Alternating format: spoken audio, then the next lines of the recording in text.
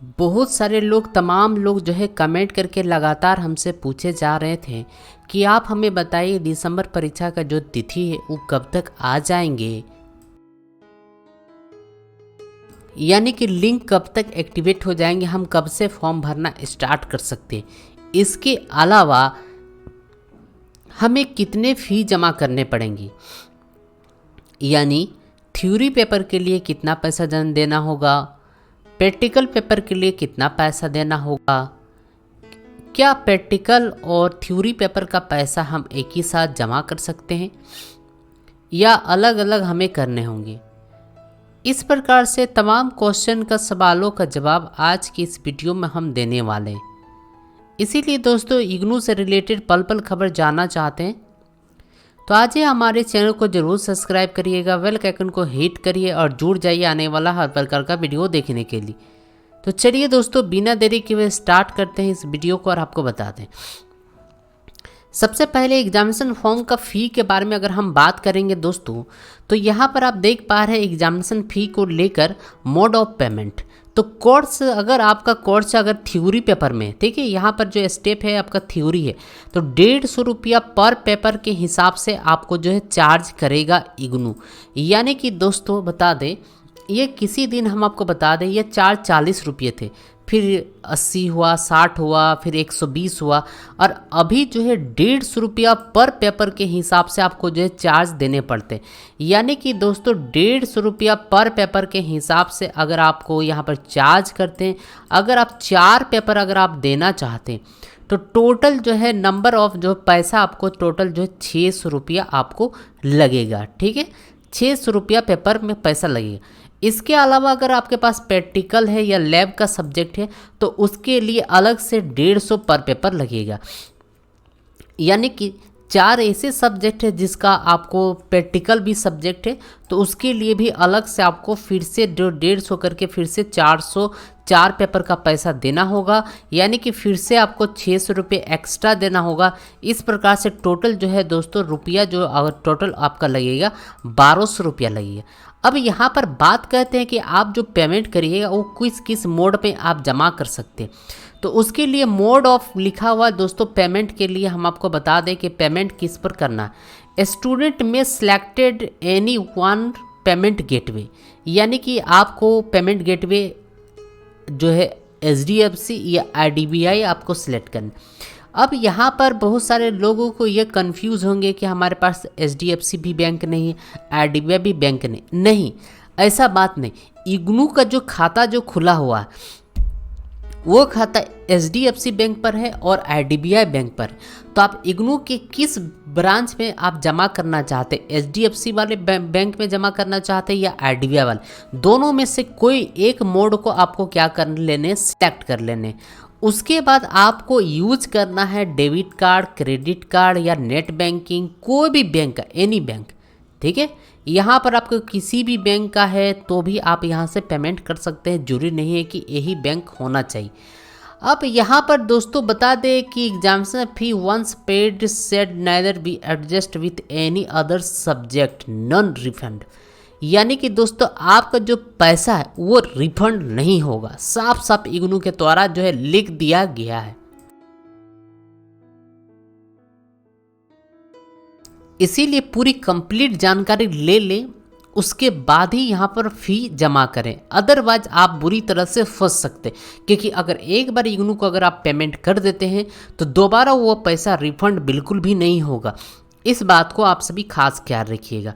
उसके अलावा दोस्तों यहाँ पर यह भी बात लिखा हुआ है कि इन केस रॉन्ग या अलग तरीके से, गलत तरीके से अगर पैसा अगर आपको काट लिया जाता है, ठीक है, कोई भी कारण से, तो आपका जो सेम जो अकाउंट में फिर से दोबारा क्रेडिट कर लिया जाएगा। यहाँ पर आफ्टर मेड जो है ड्यू वेरिफिकेशन, पहले आपके पैसा को वेरिफिकेशन किया जाएगा, उसके बाद आपके पैसा को क्या कर दिया जाएगा, रिफंड कर दिया जाएगा। इस बात को ध्यान रखिएगा।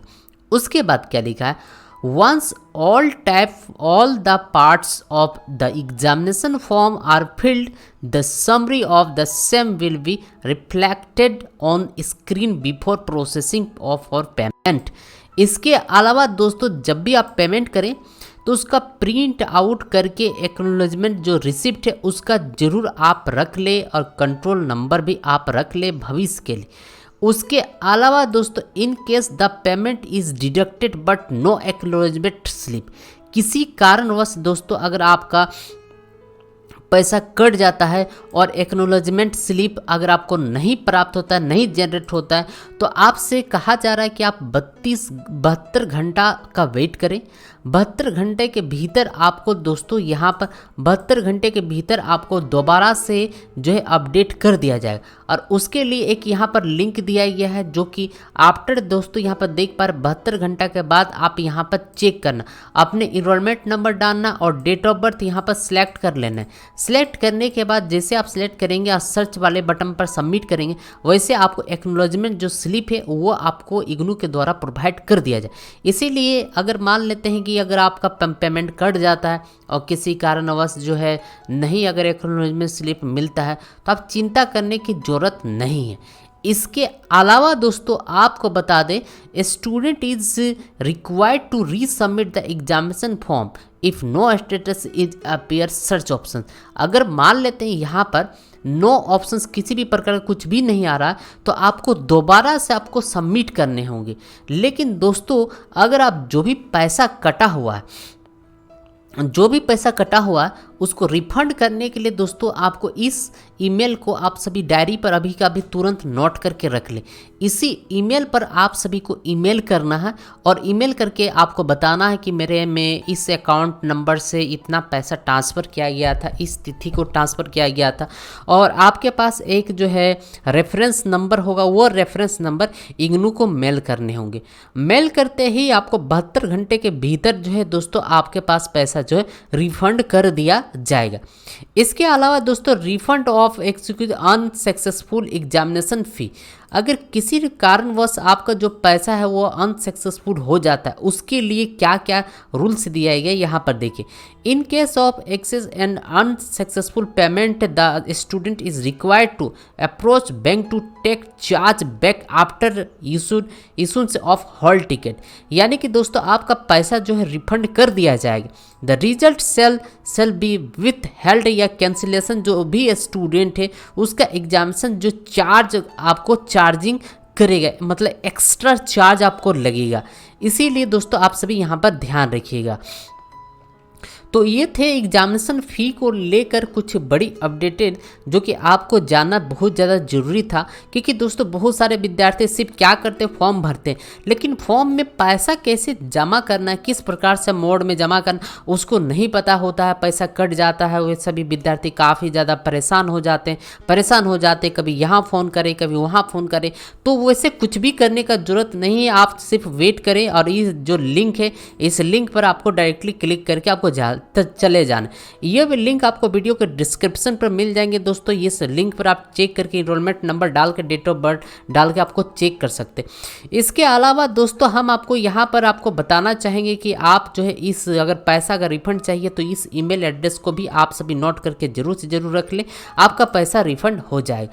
अब बात करते हैं पॉइंट की ओर दोस्तों कि आप सभी का एग्जामिनेशन फॉर्म की जो डेट है यानी कि लिंक कब तक एक्टिवेट कर दिया जाएगा, तो उसको लेकर यहाँ पर दोस्तों एक बड़ी अपडेट है